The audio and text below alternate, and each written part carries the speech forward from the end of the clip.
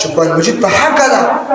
دا تر قیامت پورې پاتې کېدونکی کتاب ده ځکه چې چیلنج ورکوي باطل ته چیلنج ورکوي دې نیټو ته چیلنج ورکوي دې روسانو ته او دې هندوانو ته او دې چینایانو ته او دې نیټو ته دا داسې ناشنا کتاب ده دا چیلنج قرآن مجابودي نشي کوی ګوره چې انسان ولګېږي او ټکه ټوکه پیسې ولري ټکه ټوکه هغه ورسره مفاد ورسره مواد ورسره او په هغه باندې داسې انسان بې د الله دین لپاره قرباني نشي ورکولی صحابه سره څه شی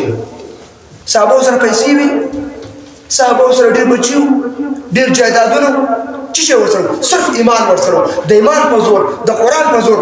روم او فارس سره جنګېدل ټوله نړۍ سره جنګېدل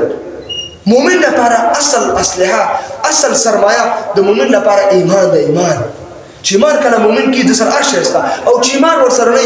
مومن سره چې پیسې ډېرې سوي د ایمان هغه نور او د ایمان هغه اثر ختمېږي بزدله به کېږي